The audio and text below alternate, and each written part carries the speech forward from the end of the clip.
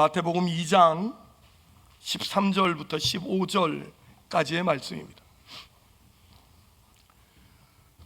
마태복음 2장 13절부터 15절까지 기록된 계시의 말씀을 제가 봉독해 올릴 때에 여러분에게는 하나님의 음성으로 들리는 놀라운 은혜가 있기를 소망합니다. 그들이 떠난 후에 주의 사자가 요셉에게 현몽하여 이르되 요셉이 아기를 찾아 죽이려고 하니 일어나 아기와 그 어머니를 데리고 애굽으로 피하여 내가 내게 이르기까지 거기 있으라 하시니 요셉이 일어나서 밤에 아기와 그 어머니를 데리고 애굽으로 떠나가 헤롯이 죽기까지 거기 있었으니 이는 주께서 선지자를 통하여 말씀하신 바 애굽으로부터 내 아들을 불렀다함을 이루려 하심이라. 아멘. 우리 지난주 말씀을 이어서 예수 그리스도는 누구신가 하는 부분을 계속 이어야 됩니다. 저자 마태가 마태복음을 기록하면서 4장 17절부터 예수님의 공생애는 시작을 하는데 그 앞에 4장 16절까지 애써서 마태가 기록하고 있는 이유를 우리가 함께 나누고 있는 거죠. 그러니까 여러분들이 좀 이렇게 그 어려운 부분이 좀 있다 할지라도, 다소 지식적인 부분이 있다 할지라도 여러분 외면하지 마시고 마음을 더 열어서 저자 마태의 심정을 헤아릴 수 있는 그런 은혜가 있었으면 좋겠어요. 동방 박사들이 이제 헤롯 앞에 가서 유대인의 왕이 나셨는데 그분이 어디 있느냐고 했고, 그분이 베들레헴에 난다는 소리를 들었고, 헤롯은 그 동방 박사들을 불러서 그 유대인의 왕이 태어난 곳을 내게도 알려줘라, 내가 가서 경배하겠다 라고 거짓불랑을 했고, 그래서 이 동방 박사들이 헤롯 궁에서 나오자 별이 다시 나타나서 그들을 예수님 나신 곳으로 인도했고, 그래서 거기서 예수님 앞에 경배를 하고, 그날 밤에 천사가 나타나서 어떡하죠? 헤롯에게로 돌아가지 말라라고 경고하셨고, 그래서 이 동방 박사들은 다른 길로 해서 귀국했다라는 말씀을 우리는 잘 알고 있습니다. 그 동방 박사들의 소식을 기다리던 헤롯은 자기가 속았다는 걸 알고 이제 자기가 직접 나서서 2살 이하의 모든 유대인의 왕으로 난 예수를 잡아 죽이기로 작심하고 그 예수를 죽이는 일을 벌리는 거죠. 그때 다시 천사가 나타나서 요셉에게 너는 어머니와 예수를 데리고 애굽으로 피난가 있다가 내가 지시할 때 다시 돌아와라 하고 된 사건을 오늘 이 마태복음 2장에서 마태가 기록하고 있다라는 사실이에요. 그 기록의 15절 하반절을 보니까 뭐라고 말씀하냐면 주께서 선지자를 통하여 말씀하신 바 애굽으로부터 내 아들을 불렀다함을 이루려 하심이라, 이렇게 말하죠. 그러니까 여기서 말하는 그 선지자에게 한 예언, 이 선지자는 호세아 선지자입니다. 호세아 11장 1절의 예언이 성취되었다는 것을 지금 이렇게 그 마태가 마태복음 앞부분에서 사용하고 있는데, 마태는 왜 예수 그리스도께서 애굽으로 피난 갔다가 돌아온 사건을 여기다 기록을 했어야지만 하는가 하는 거고, 마태복음을 이렇게 그 시작하면서 아까도 말씀드렸지만 그 예수, 산상 설교를 하시는 그 예수는 어떤 하나님이신가, 어떤 예수인가를 보여주는 데 있어서 꼭 필요한, 사실은 구약의 예언들이 대부분 다 예언이잖아요. 그 많은 예언 중에 하필이면 이 호세아 11장 1절의 예언의 성취를 여기다 기록하면서 인용하는 그 마태의 의도를 저와 여러분은 살필 수 있어야 되는 거죠. 우리가 호세아 선지자라고 하면 우리가 호세아서를 읽었습니다, 그죠? 호세아서를 읽었죠? 언제 읽었죠? 옛날에 뭐 이러면 곤란해지죠. 우리는 5월 1일부터 호세아를 읽어서 이제 지금은 잠언서를 읽고 있습니다, 그죠? 큐티를 안 하시는군요. 이러면 곤란합니다. 진짜 큐티 좀 하십시다. 아멘. 큐티 좀 꼭 제가 어느 날 독한 마음을 먹고 매주일마다 큐티한 것을 적어서 내라고 하는 날이 올지도 몰라요. 그러면 안 적어서 내시는 분들은 불이익을 당하게 되는 일이 생기니까 알아서 큐티를 해주시기를 부탁드립니다. 그리고 혹 못하셨거든 할 마음을 먹고는 한 척하고 앉아 계세요. 그리고 눈을 한 것처럼이라도 끄덕거려야지. 제가 얼마나 놀라겠어요. 매주 큐티 광고 하는데 빤빤하게 안 한 것을 티내면 제가 굉장히 놀라지 않겠습니까? 그러니까 서로 이렇게 마음을 주고받으면서 큐티할 마음을 가져볼 수 있기를 바라겠습니다.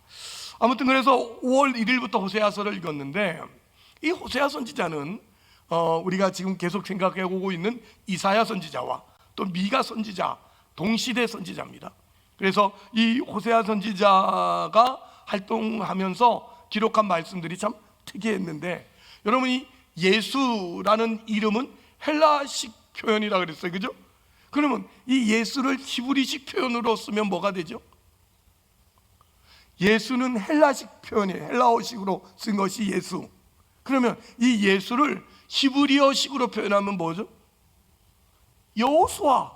뭐라고요? 호세아. 이제는 뭐 쿵하면 척이 됐어요. 호세아가 바로 여호수아가 히브리식 표현이에요. 뭐라고 이 뜻은?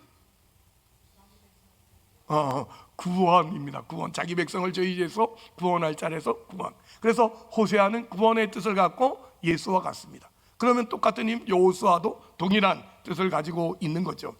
그런데 이 호세아서의 내용이 뭐였죠? 당시 이스라엘 백성의 불신앙 때문에 하나님이 심판을 선언하셔요. 진노를 이제 퍼붓겠다고 말씀하셔요. 그래서 이 이스라엘 백성들이 회개할 것을 촉구하는 것이 호세아 선지자가 했던 사역이고, 그가 쓴 호세아 선지자의 내용입니다. 근데 여기서 재밌는 게 하나 있었잖아요. 그게 뭡니까? 이스라엘의 불신앙과 임박한 진노와 하나님의 심판을 예언하면서도 그게 다 뭐다? 하나님의 사랑의 표현이다라는 것을 드러내고 있는 게 호세아서예요. 하나님이 아수리에 팔 거고 너희들 혼날 거고 너희들 가만히 두지 않을 거다고 하는데, 그 모든 것들은 다 뭐였더라고요? 하나님이 어떻게 사랑하시는지를 보여주기 위한 하나님의 일하심이었다는 걸 드러내고 있는 것이 호세아서가 가지고 있는 내용 중에 특이한 점들이었어요. 그래서 결국 하나님이 이스라엘 백성에 대해서 내리시는 이 심판이 이스라엘 백성을 진멸시키고자 하는 것이 아니라 뭐 하자고요? 사랑해서 그들을 회개시키고 그들을 정화시켜서 결국은 하나님의 사람으로 이렇게 만들고 하나님의 사랑을 통해서 구원을 이루시는 하나님의 일하심이라는 걸 이렇게 보여주는 내용이 바로 이 호세아 선지자의 메시지였어요. 하나님께서 이스라엘 백성의 죄에 대해서 얼마나 진노하시는가, 그래서 어떻게 이 불신앙에 대해서 심판을 내리실 것인가, 그럼에도 불구하고 하나님이 이스라엘을 어떻게 사랑하셔서 그들에게 사랑을 베풀고 구원을 베풀 것인가 하는 것이 결국 나타났고, 이 하나님의 마음을 이해할 수 있도록 호세아 선지자에게 그 환경을 만들죠. 그게 뭐였습니까? 호세아 선지자의 가정을 통해서 그 가정에 일어나는 어려움, 가정에 일어나는 배신, 가정에서 일어나는 아픔을 통해서 하나님의 마음을 알게끔 하신 것이 바로 이 호세아 선지자를 통해서 나타낸 일들이에요. 어느 정도 가정이 어려웠는가 한번 보고 갈까요? 호세아 1장 2절, 구약성경 1257면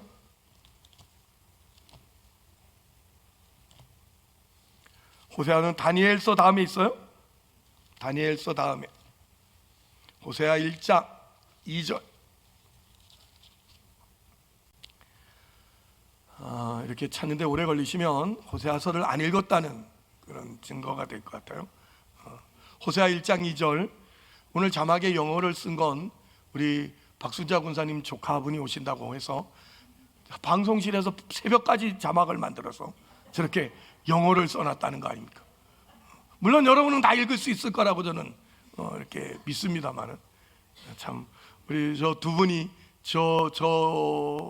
그 은혜를 누렸으면 좋겠어요. 자, 우리 호세아 1장 2절 봅니다. 여호와께서 처음 호세아에게 말씀하실 때 여호와께서 호세아에게 이르시되 너는 가서 음란한 여자를 맞이하여 음란한 자식을 낳으라. 이 나라가 여호와를 떠나 크게 음란함이니라 하시니. 아까 말씀드린 것처럼 하나님 앞에서 불신앙과 불순종으로 떠난 이스라엘 백성에 대한 하나님의 슬픔, 하나님의 마음의 아픔을 경험하도록 호세아 선지자에게 누구를 아내로 붙여요? 음란한 여인, 그 여인의 이름이 뭐였더라고요? 강경이 이럴 줄 깜짝 놀랐잖아요. 고멜이었습니다. 고멜. 그 여인은 창녀였습니다. 당시 유명한 창녀. 여러분, 선지자가 창녀와 결혼을 하면 어떻겠습니까? 여러분은, 제가 저 창녀와 결혼을 해서 목사를 하면 여러분은 다르게 교회 올까요? 안 오죠. 이 말도 안 되는 이런 일이 있을 수 있냐 이러면서 여러분은 다 난리법석을 떤데, 하나님의 선지자 호세아에게 창녀를 아내로 맞이해서 결혼을 하라고 하는 거죠. 그래서 3절 봐요. 3절 어떻게 해요? 이에 가서 디볼라임의 딸 고멜을 맞이하였더니 고멜이 임신하여 아들을 낳았다, 이렇게 돼 있어요. 그래서 호세아 선지자는 이 고멜이라는 여인과 결혼을 했고 아이를 셋 낳습니다. 그런데 이 고멜은 아이를 셋 놓고도 이 호세아 선지자를 떠나서 버리고 도망을 가서 다른 남자들과 또 음란하게 살다가, 심지어는 이 고멜이 나중에는 갈 데가 없어서 노예시장까지 팔려 나오게 된 겁니다. 노예시장에 팔려 나왔을 때 하나님이 호세아를 통해 보내면서 너는 돈을 들고 가서 그 여인을 사와라. 사서 다시 너의 아내로 맞이하고 그와 함께 가정을 이뤄라, 이렇게 말하는 거예요. 그러니 호세아는 또 그대로 할 수밖에 없었던 거죠. 이런 일들을 통해서 호세아는 사랑하는 자기 아내가 애 셋까지 놓고도 자기를 버리고 자기를 배신하고 도망간 그 마음의 아픔. 우리 남편들 어떻게, 여러분 아내가 여러분을 버리고 애 잔뜩 놓고 다른 남자하고 가 살고 또 다른 이 남자하고 살다가 노예시장에 팔리면 여러분 돈 주고 사오겠어요? 응? 돈 주고 사오겠냐고. 차라리 하지, 그렇게 하지 않죠. 근데 호세아 선지자에게 그걸 다 경험하도록 하셔요. 왜요? 하나님의 마음을 알도록 하기 위해서. 하나님이 지금 얼마나 가슴 아픈지, 하나님이 정말 얼마나 마음이 애린지 슬픈지, 이런 것들을 알게 하려고 그 아내를 돈 주고 사오게 해서 다시 아내를 맞이하고 그 아내를 사랑하도록 만드는 거예요. 하나님이 이스라엘 백성에게 무엇을 요구하시고 무엇을 이루려고 하시는가를 정말 실천적으로 드러냈던 선지자 호세아입니다. 그 호세아가 나타낸 이해가 바로 여기 있는 거죠. 이렇듯 호세아서는 뜻밖의 시작을 보면 이제 이스라엘은 망했다, 저들은 진노를 받아서 심판을 받아서 이스라엘은 망했다 하는 것 같은데, 그게 아니라 어떡하죠? 그들을 심판하는 게 아니라 다시 건져시고 다시 회복시켜서 하나님의 자녀로 살아갈 수 있도록 만들어 주시는 거예요. 너희가 어떻게 하나님 앞에 범죄했는가, 너희가 어떻게 하나님의 그 심판을 받을 수밖에 없는데도 불구하고 지금 그 사랑을 받고 그 은혜를 받고 있는가를 깨달아. 어떡하죠? 여호와께로 돌아가자, 힘써 여호와를 알자 외치면서 우리가 회개하여서 하나님의 사랑을 회복할 것을 촉구하고 있는 것이 호세아 선지자였어요. 그래서 너희가 범죄한 것 때문에 결국 심판을 받게 되겠지만, 그러나 너희가 회개하고 하나님께로 돌아오면 너희가 은혜를 입고 사랑을 입어서 구원을 받게 될 것이다 라는 얘기가 등장하는 것이 11장이에요 호세아 11장 다시 찾아가 봅시다. 호세아 11장 1절 뭐라고 되어 있는지, 오늘 마태복음 2장에서 마태가 인용했던 말씀이 여기 있는 거예요. 호세아 11장 1절 이스라엘이 어렸을 때에 내가 사랑하여 내 아들을 애굽에서 불러냈거늘 선지자들이 그들을 부를수록 그들은 점점 멀리하고 바울에게 제사하며 아로 새긴 우상 앞에서 분향하였느니라. 그러나 내가 에브라임에게 걸음을 가르치고 내 팔로 안았음에도 내가 그들을 고치는 줄을 그들은 알지 못하였도다. 내가 사람의 줄 곧 사랑의 줄로 그들을 이끌었고 그들에게 대하여 그 목에서 멍에를 벗기는 자 같이 되었으며 그들 앞에 먹을 것을 두었노라. 그들은 애굽 땅으로 되돌아가지 못하겠거늘 내게 돌아오기를 싫어하니 아수르 사람이 그 임금이 될 것이라. 칼이 그들의 성읍을 치며 빗장을 깨뜨려 없이 하려 하리니 이는 그들의 계책으로 말미암음이니라. 내 백성이 끝끝내 내게서 물러가나니 비록 그들을 불러 위에 계신 이에게로 돌아오라 할지라도 일어나는 자가 하나도 없더라. 아멘. 오늘 이스라엘 백성이 어렸을 때에 내가 사랑하여 내 아들을 애굽에서 불러내었다라는 이 말씀을 마태가 2장에서 인용을 하고 있고, 이것이 도대체 무슨 말이냐 하는 거죠. 한마디로 말하면 이건 이렇습니다. 이스라엘이라는 나라는 하나님이 만들었다. 그들은 내가 만들었고 내가 낳았고 내 자식이다. 그런데 이 왼수들이 내 말을 듣지 않는다, 이 말입니다. 내가 사랑하고 내가 그들을 붙들고 있는데도 이들은 마치 누구처럼 고멜같이 도망가고 그들의 음행을 따라서 살아가고 있다, 이 말입니다. 그래서 나는 어쩔 수 없이 이들을 아수르로 하여금 이스라엘을 치게 하고 저들로 하여금 나에게 불순종한 그 자기들의 불신앙에 대하여서 벌을 받게 할 것이다. 그들은 벌을 받을 수밖에 없다. 그렇게 해놓고 8절 뭐라고 돼 있죠? 에브라임이여 내가 어찌 너를 놓겠느냐, 이스라엘이여 내가 어찌 너를 버리겠느냐, 내가 어찌 너를 아드마같이 놓겠느냐, 어찌 너를 스보인같이 두겠느냐. 내 마음이 내 속에서 돌이키어 나의 국률이 온전히 불붙는 듯 하도다. 내가 나의 맹렬한 진노를 나타내지 아니하며 내가 다시는 에브라임을 멸하지 아니하리니 이는 내가 하나님이요 사람이 아님이라. 내 가운데 있는 거룩한 이니 진노하심으로 내게 임하지 아니하리라. 그들은 사자처럼 소리를 내시는 여호와를 따를 것이라. 여호와께서 소리를 내시면 자손들이 서쪽에서부터 떨며오되 그들은 애굽에서부터 새같이 아수르에서부터 비둘기같이 떨며오리니 내가 그들을 그들의 집에 머물게 하리라. 나 여호와의 말이니라. 아멘. 할렐루야. 이렇게 끝맺고 있는 거예요. 내가 낳은 내 자식 이스라엘이, 내가 저를 사랑하고 저들을 위해서 내가 내 아들도 주는데 내가 결심하여 불러낸 저들을 인도하여서 내 말을 듣지 않고 불순종을 한다고 하더라도 내가 저들을 아수르에 이렇게 팔고 저들에게 심판을 받게 하는 일이 있어서 멸망시킬 것이다. 그렇게 해놓고는 뭐라 그런다고요? 에브라임이여 내가 어찌 너를 놓겠느냐, 이스라엘이여 내가 어찌 너를 버리겠느냐로 나오는 것.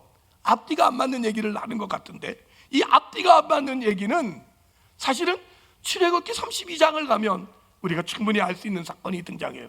출애굽기 32장 가시면 이 호세아 11장 1절을 인용한 마태의 의도를 우리가 알 수 있는 부분이 나옵니다. 출애굽기 32장 찾아가 봅시다. 출애굽기는 구약성경 창세기 다음입니다. 출애굽기 32장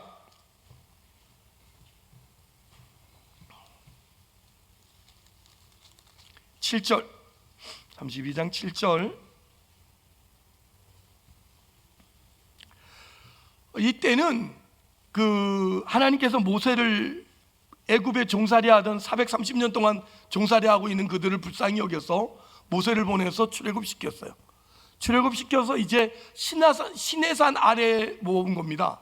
그리고 모세는 하나님의 율법 십계명을 받으려고 시내산 꼭대기로 올라갔고, 그 밑에 백성들이 모세를 기다리고 있는데 40일이나 되도록 내려오질 않는 거예요. 40일 동안이나 모세가 내려오지 않자 이스라엘 백성들은 모세가 죽었구나 라고 생각을 하고 그들의 불신앙을 또 나타내서 뭘 만들죠? 금송아지를 만들었던 때입니다. 그 금송아지를 만들어서 이제 하나님께서 저들을 없애버리겠다 하고 그 진노를 자초한 그런 때죠. 32장 7절 우리 교독할까요? 13절까지 한 절씩 교독하여 읽어봅시다. 여호와께서 모세에게 이르시되 너는 내려가라. 내가 애굽 땅에서 인도하여 낸 내 백성이 부패하였도다.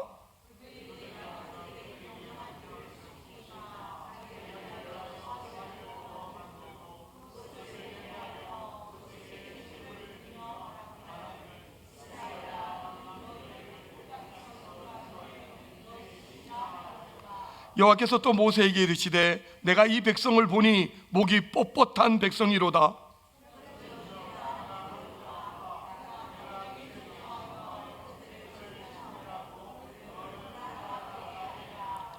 모세가 그의 하나님 여호와께 구하여 이르되 여호와여 어찌하여 그 큰 권능과 강한 손으로 애굽 땅에서 인도하여 내신 주의 백성에게 진노하시나이까?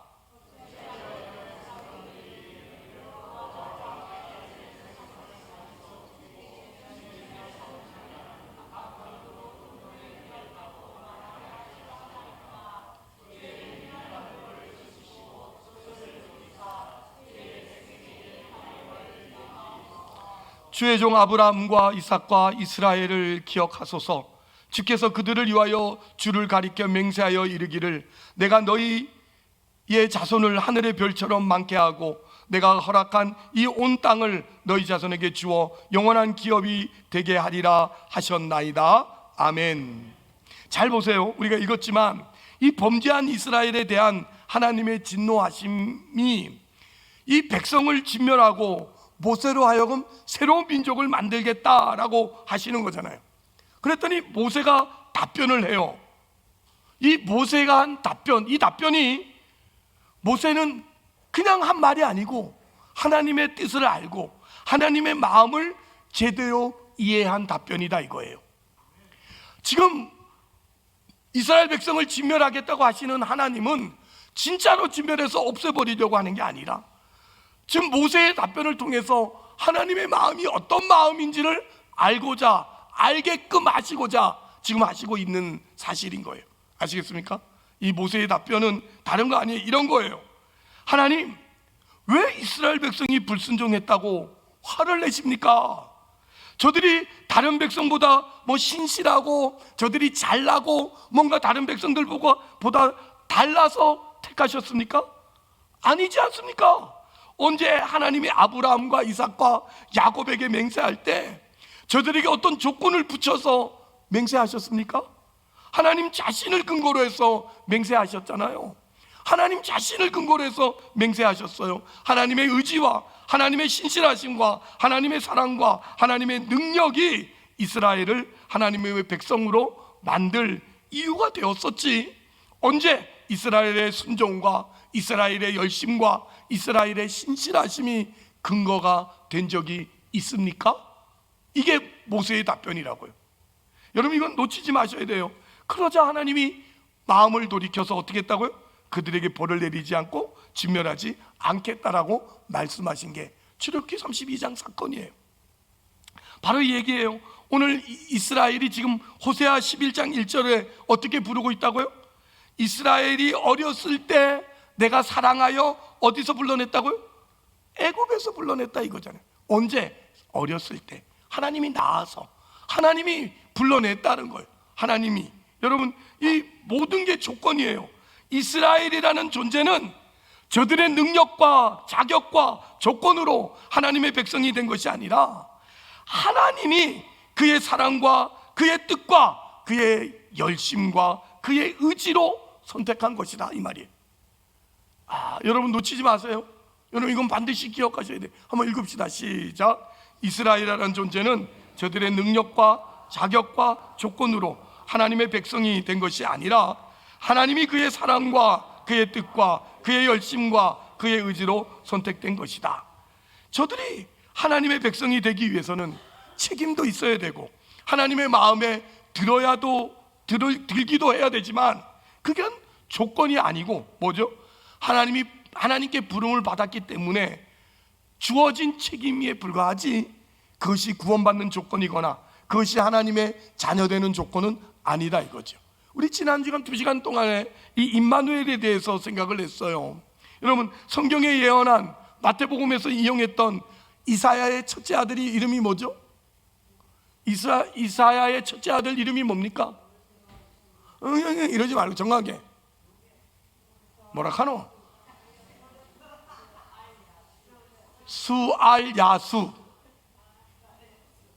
수알야수. 자막이 없나요? 없어요? 있으면 띄워주면 얼마나 좋을까, 그죠? 수알야습이, 첫째 아들은 수알야습이었잖아요. 여러분 이 수알야습이 뭐예요? 뜻이 뭐였죠? 하나님께서 이스라엘 백성과 함께 계셔서 그들의 편을 들어주셔요. 그런데 마냥 그냥 편을 들어주는 게 아니라 뭐부터 하더라고요? 수알야습 먼저 했다 이거죠. 저들을 정화시키고 거룩하게 만드시는 일이 먼저더라. 그래서 그것 때문에 뭐가 있더라? 진노가 있고 심판이 있고 어려움이 있더라 이거예요. 그러나 그것으로 인해서 저들을 거룩하게 만드시는 하나님의 일하심. 그래서 수알야습은 남은 자가 돌아오리라 이거예요. 남은 자, 거룩한 자, 하나님의 약속된 자들이 반드시 서게 되고 돌아오는 일이 일어날 거다 이거죠. 예수 그리스도의 탄생과 그가 애굽으로 피난 갔다가 돌아온 것을 호세아 11장 1절이 이 예언과 연결시키자 마태의 의도는 분명해졌어요. 마태의 의도는 이겁니다. 우리를 부르시는 하나님, 우리를 찾아오시는 하나님은 세상의 어떤 그 하나님을 대적하는, 하나님의 뜻과는 거리가 먼, 하나님을 대적하고 반대하는 세력의 문제 이상으로 더 나아가서는 우리의 부족함, 우리의 불순종, 우리의 불충함, 우리의 부패함을 극복하시고 우리를 부르신 그의 부르심에 신실하심과 사랑과 긍휼과 능력과 의지를 근거하셔서 우리를 하나님의 백성으로 만들고야 말겠다라는 사실로 누구를 보내셨다? 예수 그리스도를 보내셨다. 이게 마태가 지금 마태복음 2장에서 이 예언들을 성취한 것을 인용하면서 우리 가운데 전달하고 싶은 이야기입니다. 에이고, 감동이 하나도 없으신데 예상은 했습니다만 이렇도록 감동이 없을 줄은 이러려고 밤을 샜던가 이런 생각이 드는 아쉬움이 남습니다만 뭐 저의 부족이니까 어쩌겠어요. 제가 더 제 살을 녹여서라도 여러분들이 감동할 때까지 말씀을 더 나눠보도록 하겠습니다. 기독교 신앙의 놀라운 건 여기 있어요. 우리를 보고 어떤 도를 깨우치라든지 뭐 우리를 보고 어떤 합격점에 이르라고 이렇게 조건과 근거를 마련하지 않고 그 모든 조건과 모든 이유는 다 하나님이 이유고 하나님이 조건이다라는데 기독교 신앙에 놀라움이 있는 거예요. 우리가 잘 믿는다고 우리가 못 믿는다고 이것 떠나서 우리에게 요구하시는 책임은 하나님의 사랑을 받고 하나님의 선택을 받았으므로 그의 자녀다워라, 그의 자녀다워져라 라는 것이지 그것이 조건과 이유로 주지는 않는다는 걸 기억하셔야 돼요. 그래서 이 마태가 이 마태복음을 기록하면서 예수님이 누구신가, 이런 설교를 하시는 예수님은 어떤 분인가에서 우리에게 무엇을 확인시키고 싶으시냐면 하나님의 자녀로 부름을 받았거든. 너희가 어떤 은혜와 어떤 사랑과 어떤 진념과 어떤 손길 속에 있는가를 확인해라 이 말인 거예요.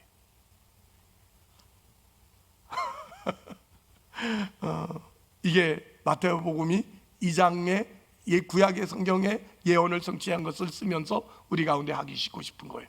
꼭 기억하십시다. 여러분이 하나님의 자녀로 부름을 받았거든. 어떻게 한다고요?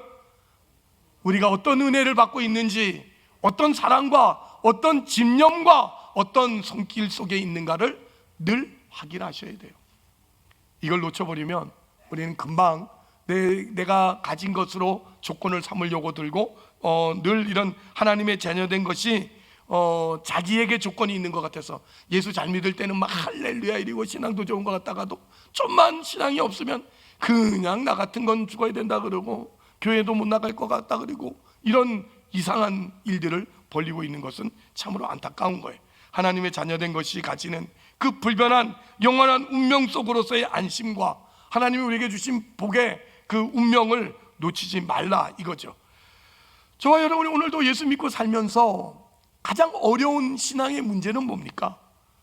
많은 성도들을 만나보면 이런 거예요. 이래도 계속해서 하나님이 내 편을 들으시고 계실까? 내가 이 모양인데, 내가 이 꼴인데 하나님이 내 편을 들어주실까?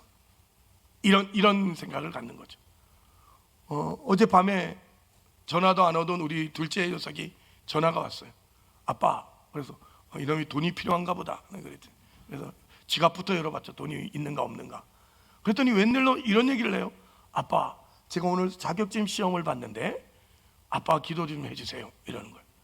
그래서 야 이 새끼야, 네가 기도를 하면 되지 왜 아빠 보고 기도를 해달라 그랬더니 아빠가 더 세잖아요 이러는 거예요. 뭐가 더 센 거예요? 제가 왜 이 얘기를 하죠? 여러분도 그런 마음이 있는 거야. 목사님이 기도해 주면 더 잘 되고, 여러분이 기도하면 뭔가가 찜찜한 거야. 뭔가가 좀 뒤가 구려. 왜? 뭐가 있어서? 저는 지시라고는 안 했어요. 한에 있어서 여러분이 뒤가 구린 것 같은 생각이 들죠. 이래도 주님이 내 편을 드실까? 이 꼴인데도 주님이 나를 붙들고 내 기도를 들어주실까? 하는 의문, 하는 걱정, 하는 염려가 사실은 오늘 예수 믿고 사는 저와 여러분에게 있어서 떠나보낼 수 없는, 그래서 목사님이 기도해 주면 더 잘 될 것 같은, 목사 아들도 그러고 있으니까 뭐 여러분들도 다 그러지 않을까 싶은 생각을 해볼 수밖에 없습니다. 내가 하나님 앞에서 신실하지 못하고 하나님의 마음을 아프게 했는데 하나님이 계속 내 편일 수 있을까? 성경은 뭐라고 말하는 거죠? 네가 아무리 못났어도 난 너 편이다 이거예요. 왜요? 난 너가 어렸을 때 어디서 불러냈다고요? 어디서 불러냈다고요? 애굽에서 불러냈다 이거예요. 어렸어서, 커서 능력 있고 힘 있고 쓸만해서 불러낸 게 아니고 아예 어려서부터 애굽에서 불러냈다 이 말이에요. 그러니 하나님은 내 편일 수밖에 없다. 그러나 그냥 편들어 주지는 않는다 이거잖아요. 그냥 편들어 주지는 않는다. 고치시는 겁니다. 고치셔서 우리의 불신앙, 우리의 모자라는 것들을 하나님이 어떻게 해요? 수알 야숨 먼저 우리를 정화시키는 것부터, 우리를 거룩하게 하는 것부터 고치셔서 우리를 쓰신다고요. 우리를 버리지 않는다고 말씀하는 거예요. 분명히 기억하셔야 됩니다. 성도의 삶이 고단한 것은 하나님이 거룩하심으로 찾아오기 때문에 우리가 우리의 모자람과 우리의 신앙적인 어떤 연약함과 지은 죄에 대하여 하나님이 외면하지 않으시기 때문에 고달픈 거예요.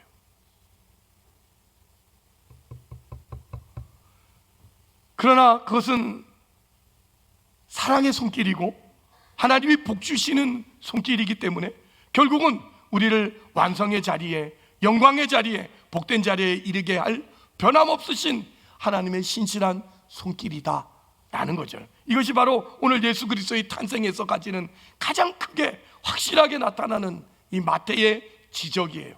마태가 우리가 꼭 알아야 될 거라고 생각해서 기록해 놓은 말씀이에요. 그래서 이런 식의 신앙의 학인들은 로마서 8장에서 명확하게 대표적으로 드러나고 있는 걸 알 수 있어요.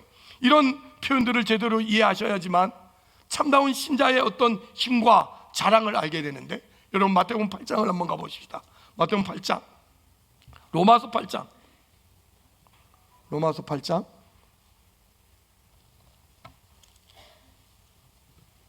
신약성경 249면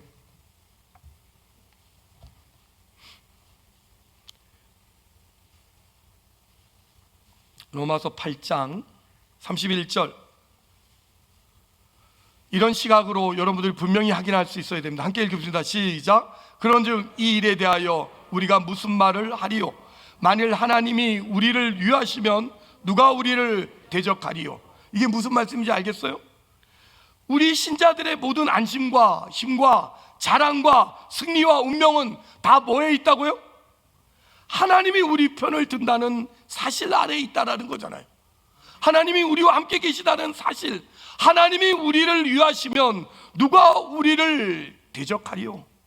분명히 이 말씀 속에는 우리의 죄책감, 우리의 미련함, 우리의 게으름까지도 포함되어 있는 거예요. 그래서 어떻게 나와요? 35절 이어서 이렇게 나와요.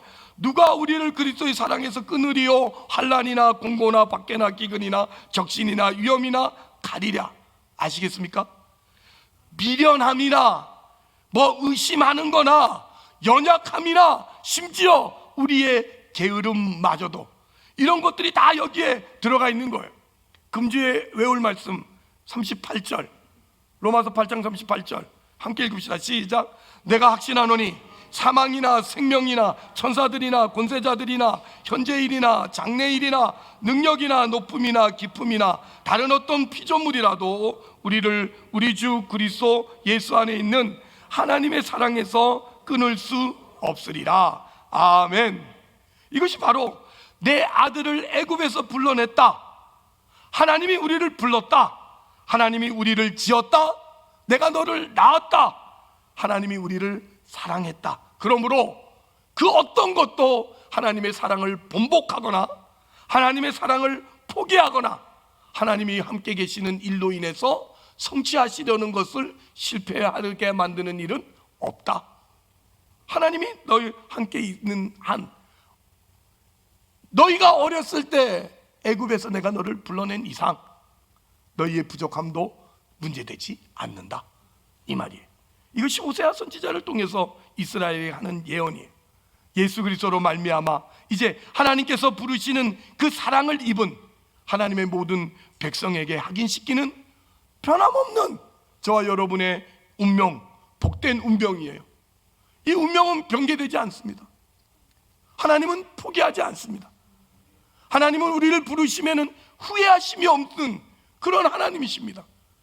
오늘의 부족함, 오늘의 못남을 그냥 하나님은 우리를 사랑하시니까 이제는 아무래도 좋다가 아니라 어떻게 한다고요? 수할 야순 먼저 하나님 우리를 고치셔서라도 우리를 반드시 하나님의 뜻에 맞게끔 만드신다라는 것을 아시고, 그래서 그것이 우리의 자랑이 되고 우리의 힘이 되고 우리의 안심이 되어야 되는 거예요. 오늘 이 말씀 속에서 저와 여러분이 놓치지 말아야 될 것, 세상의 어떤 핍박이나 세상의 시험이나 생산 속에 일어나는 모든 공격뿐 아니라 신자로서 가지는 어떤 부족함, 신앙생활의 못남, 아직도 예수 믿는다고 어디 가서 말할 수 없을 것 같은 부끄러운 일들, 심지어는 게으름, 이런 것들을 하나님께서 하루하루 신앙 인생을 살게 하셔서 고치시고 회복시키셔서 하나님이 주시는 기쁨을 영원토록 누리게 하시고 인생 속에서 하나님으로 감사하고 하나님으로 즐거워하는 그런 신자된 인생을 확인하는 시간들을 하나님께서 만드실 거고, 그 시간들을 통해서 우리를 부르신 하나님의 사랑을 고백하고 알게 되는, 그래서 그 사랑에서 더욱더 남은 여생에 용기를 낼 수 있는 그런 저와 여러분이 될 줄 믿습니다. 이제 돌아가시는 여러분의 발걸음이, 남은 여러분의 인생이 하나님의 사랑 안에 있다라는 것을 기억하시고 변함없는 복과 승리를 여러분들 누리고 그 하나님의 은혜를 더욱더 이렇게 찬가로, 찬송으로, 감사로 고백하는 그런 우리의 남은 여생이 될 수 있기를 정말 주의 이름으로 축복합니다. 기도하십시다. 하나님, 아버지의 은혜를 진심으로 감사합니다. 우리를 사랑하시고 우리를 그의 백성으로 부르시고 지으셔서 우리가 참 못났을 때, 어렸을 때 애굽에서 우리를 불러내셔서 우리에게 영광스러운 길로 가게 하실 것을 믿습니다. 그러므로 책임 있게 살게 하는 우리의 신앙 인생이 될 수 있도록 하나님 역사하여 주옵시고, 또 한편 우리의 모든 실패와 연약함과 미련함에도 불구하고 주를 힘입어서 주 안에서 더욱더 성실하게 살아가는 우리 모두가 되게 하여 주시옵소서. 하나님의 뜻을 더 알고 이제는 아는 만큼 게으르지 말고 하나님의 기뻐하심을 우리의 소원으로 삼아서 하나님 좋아하는 것 나도 마음껏 좋아해보고 하나님 싫어하는 거 나도 싫어하면서 주님 앞에서 살아가는 우리의 인생이 되게 하시고, 오늘 말씀을 듣고 마음에 찔림이 있거든 빨리 회개해서 하나님 앞에 용서를 받고 하나님의 복을 나의 삶으로 맞아들일 수 있도록 인도하여 주옵소서.